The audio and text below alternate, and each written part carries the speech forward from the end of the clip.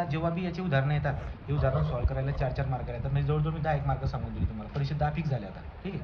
तर आता काय असतं माहिती आहे का, जेव्हा बी उदाहरणं तुम्हाला सॉल्व्ह करायला येतात, तर याच्यातली उदाहरणं काय येतात, ते म्हणतात की क्वेश्चन कशाचा प्रकार असतो, क्वेश्चन म्हणतो calculate resultant stresses, calculate resultant stresses.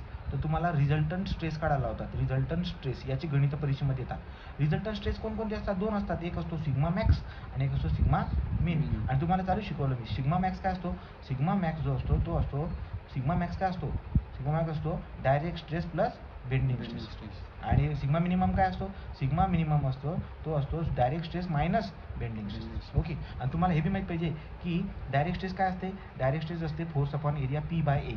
आणि बेंडिंग स्ट्रेस काय असते, सिग्मा बी बेंडिंग स्ट्रेस असते M/Z. सांगायचं तात्पर्य काय आहे की तुम्ही P/A करून डायरेक्ट स्ट्रेस शोधा, तुम्ही M/Z करून बेंडिंग स्ट्रेस शोधा. जर तुमच्याकडे डायरेक्ट स्ट्रेस आणि बेंडिंग स्ट्रेस आली असेल तर त्या दोघांची बेरीज करा, तुम्हाला सिग्मा मॅक्स भेटून जाईल. आणि तुमच्याकडे डायरेक्ट स्ट्रेस आणि बेंडिंग स्ट्रेस येत असेल तर डायरेक्ट स्ट्रेसमधून बेंडिंग स्ट्रेस मायनस करा, तुम्हाला सिग्मा मिनिमम भेटून जाईल. या 2 गोष्टी फाइंड आउट करायला तुम्हाला बरेचसे क्वेश्चन येतात. ओके का. चला आता आपण एक काम करणार आहे, तुम्हाला प्रश्न काय पडेल की पी जो असतो, पी हा तर लोड आहे, हा लोड त्याने दिलेला असतो, ते तुम्हाला किलो न्यूटनमध्ये देतील, तर तुम्ही त्याचा न्यूटनमध्ये करून घ्या, करता येतो आपल्याला. जसं की फॉर एक्झाम्पल त्यांनी जर का मला 100 किलो न्यूटन दिलं असेल तर मी काय करणार, 100 गुणिले 10³ करून त्याला न्यूटन करून टाकणार. ओके. दुसरा आहे एरिया. तो एरिया कसा काढणार आपण, ए मीन्स व्हॉट, एरिया.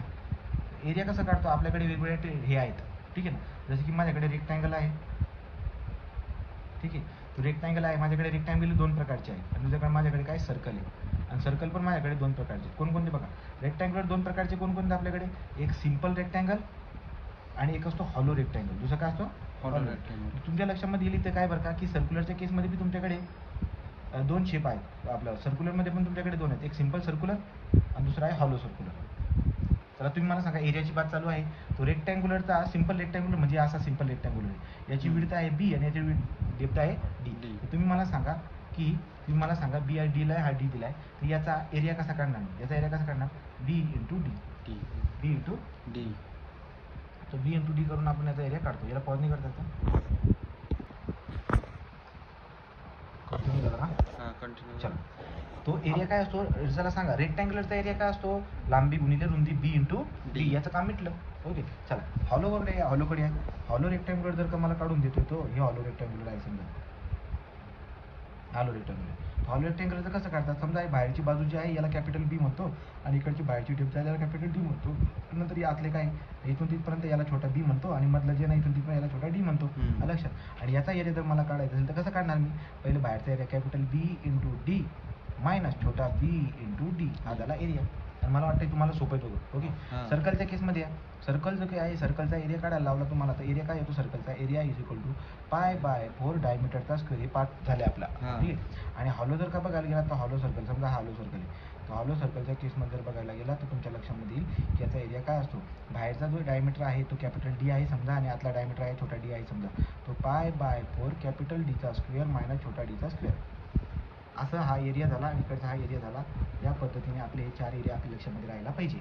तुम्ही बोलताना मी काय बोललो तुम्हाला बघा, पी तर गिवन असतो की लोड दिलेला असतो, तुम्ही न्यूटनमध्ये करून घ्यायचा, जमेल तुम्हाला. एरिया कसा काढायचा आता तर तुम्हाला शिकवलं, या 4 पैकी कोणती तरी एक केस येऊन जाईल एरियाची, हे बी तुम्हाला जमून गेलं समजा. आता पुढे जाऊ आपण. आता मुवमेंट आणि झेडबद्दल आपल्याला बघायचं आहे, मुवमेंट आणि झेडबद्दल बघायचं आहे. तुम्ही मागच्या पेजवर जातो, तुम्हाला आता फाइंड आउट करायची मुवमेंट, एम काढायचा आहे. जर तुम्हाला एम काढायचा असेल तर एम कसा काढतात, पी इंटू ई करून द्या, तुम्हाला एम भेटून जाईल. तर तुम्ही म्हणाल काय, पी काय, पी तर लोड आहे, तो न्यूटनमध्ये केला आहे आपण. आणि ई काय असते, ई असते इसेंट्रिसिटी, ही दिलेली असते, इसेंट्रिसिटी दिलेली असते, ही गिवन असते इसेंट्रिसिटी. बस हे अंतर दिलेलं आहे, तुम्हाला हा लोड आणि अंतर या दोघांचा गुणाकार केला, तुम्हाला तर मुवमेंट भेटून जाईल ना. याचा अर्थ असा आहे की माझ्याकडे फॉर्म्युला का होता, sigma naught is equal to P/A, ठीक आहे. आणि नंतर sigma B is equal to M/Z. याच्यामधला पी गिवन असतोय, एरिया मला काढता येतोय. एम कसा काढला मी, पी इंटू ई करून मी एम काढून टाकला. आता प्रश्न उठला आहे झेडचा. कशाचा, झेडचा. आता हा जो झेड आहे, हा झेडबद्दल आता आपण बघूया. आपल्याकडे शेप वेगवेगळ्या प्रकारचे आहेत, 1, 2, 3 आणि 4. कोणकोणती शेप आहे आपल्याकडे, मी डायरेक्ट 4 करून टाकले. आता एक सिम्पल रेक्टँगल, सिम्पल रेक्टँगल, आणि दुसरा आहे हॉलो रेक्टँगल. आता चालू बघितलं ना आपण, हॉलो रेक्टँगल. नंतर आपल्याकडे सिम्पल सर्कल, आणि काय आहे हॉलो सर्कल, हॉलो. आता simple rectangular, hollow rectangular, simple circular, hollow circular. आता तुम्ही बघा, सिम्पल रेक्टँग्युलर जो काही आहे, समजा हा सिम्पल रेक्टँग्युलर आहे आपला, आणि याचा मला झेड काढायचा आहे. तो झेडचा एक फॉर्म्युला असतो, तो असतो काय, आय बाय वाय. काय फॉर्म्युला असतो? I by Y. तुम्ही जर का समजा याचा आय बाय वाय काढायला गेला तर तुमच्या लक्षामध्ये येईल की सिम्पल रेक्टँग्युलर जो असतो त्याच्याबद्दल तुमच्या लक्षात काय येईल की जेव्हा तुम्ही सिम्पल रेक्टँग्युलरमध्ये जेव्हा एक्स ॲक्सिसच्या अबाउट काढणार झेड एक्स एक्स जेव्हा काढणार तो एक्स एक्स म्हणजे एक्स याला कापते एक्सला, तर मग एक्सला कापते म्हणजे डीला कापते. बघा ही टेपते ना, डीला कापली जाते. जर डीला कापली जात असेल तर फॉर्म्युला बनेल झेडचा BD²/6. काय बनेल? BD². आणि जर समजा हा झेड तुम्ही काढतायत पण झेड वाय वाय काढतायत, वाय वाय म्हणजे उभी ॲक्सिस, तर उभी ॲक्सिस कोणाला कापते? उभी ॲक्सिस कापते कोणाला? बीला. कोणाला कापते? बीला. तो हा फॉर्म्युला म्हणजे उलटा DB²/6. तो झेड एक्स एक्स आणि झेड वाय वाय दोघांची व्हॅल्यू तुम्हाला काढता आली. ओके. तो सिम्पल रेक्टँगलमध्ये झेड एक्स एक्स आणि झेड वाय वायचा फॉर्म्युला तुम्ही लक्षामध्ये राहू द्या. पण हा जर का समजा हॉलो रेक्टँगलमध्ये काढायला गेले असते, समजा हॉलो रेक्टँगल, या केसमध्ये तुम्हाला लक्षामध्ये काय येईल? हा झाला तुमचा एक्स ॲक्सिस, उभा आहे आपला वाय ॲक्सिस. तो आता जेव्हा मला म्हणतात की झेड एक्स एक्स काढा, तर झेड एक्स एक्स काय आहे तो माहिती आहे का? झेड एक्स एक्स बरोबर I X X by Y. I X X by Y. आता ही एक्स ॲक्सिस जी काही आहे ही एक्स ॲक्सिस आहे, ही कोणाला कापती? हे बघा, हे बाहेरचा जे आउटर हा कॅपिटल बी आहे आणि मधला काय कॅपिटल बाहेर, म्हणजे बाहेरचा कॅपिटल डी आणि बाहेरचा कॅपिटल बी, मधला छोटा बी, मधला छोटा डी. ओके. चला आता आपण आय कसं काढणार? आय एक्स एक्स ही एक्स ॲक्सिस डीला कापते ना, आपण कसं करतो? कॅपिटल BDचा क्यूब बाय 12 मायनस छोटा BDचा क्यूब बाय 12, असं आपण काय करणार? हा आय एक्स एक्स झाला. पण तिथे जर समजा मला तुम्ही म्हणणार की डायरेक्टली याचा फॉर्म्युला नाही का झेडचा, जसं झेडचा फॉर्म्युला डायरेक्टली होता बघा, तसा नाही का? पण तसं नाही करावं लागत. पहिले आय एक्स एक्स काढून घ्या, नंतर तुम्ही काय काढा आता वाय.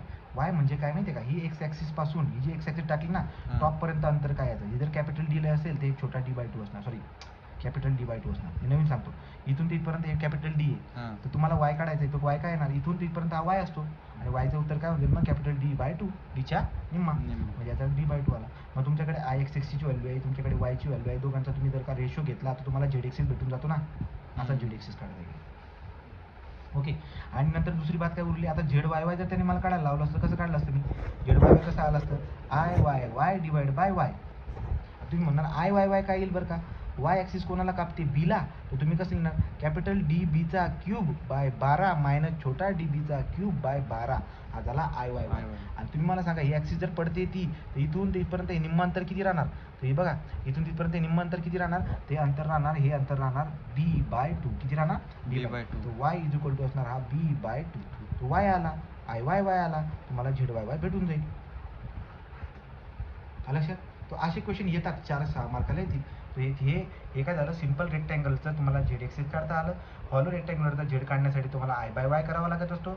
आय तुम्ही कसा काढला? हॉलो रेक्टँग्युलर असल्या कारण असतो कॅपिटल BD³/12 मायनस छोटा BD³/12 करून आय एक्स एक्स काढला.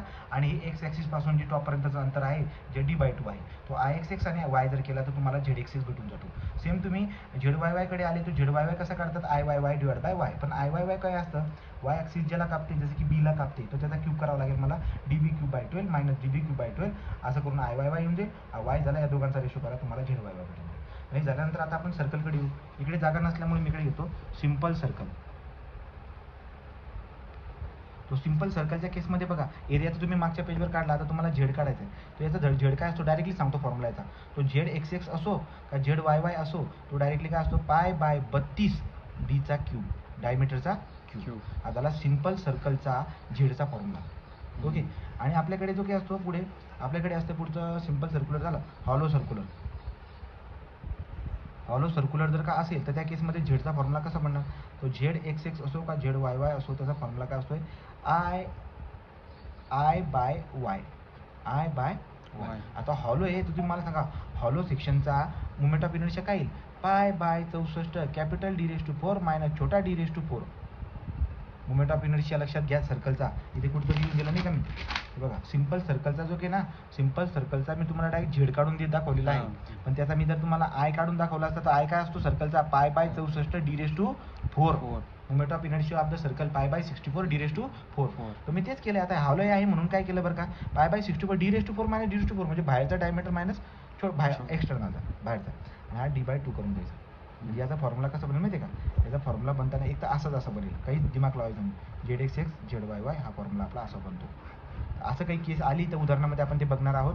पण तुम्हाला हा झेड काढता यायला पाहिजे. तो सगळ्यांचा झेड कशा पद्धतीने काढायचा आहे मी तुम्हाला सांगितलेलं आहे. तुम्ही 2-4दा जर का परत याला लिहून बघितलं तुमच्या डोक्यामध्ये बसून जाईल. एवढे टफेस्ट एक्झाम्पल येत नाही. परीक्षेमध्ये काय उदाहरणं घेतात ते आपण आता घेणार आहोत. तो एम पण झाला, झेड पण झाला. आता आपण परीक्षेमध्ये उदाहरणं घेणार आहोत.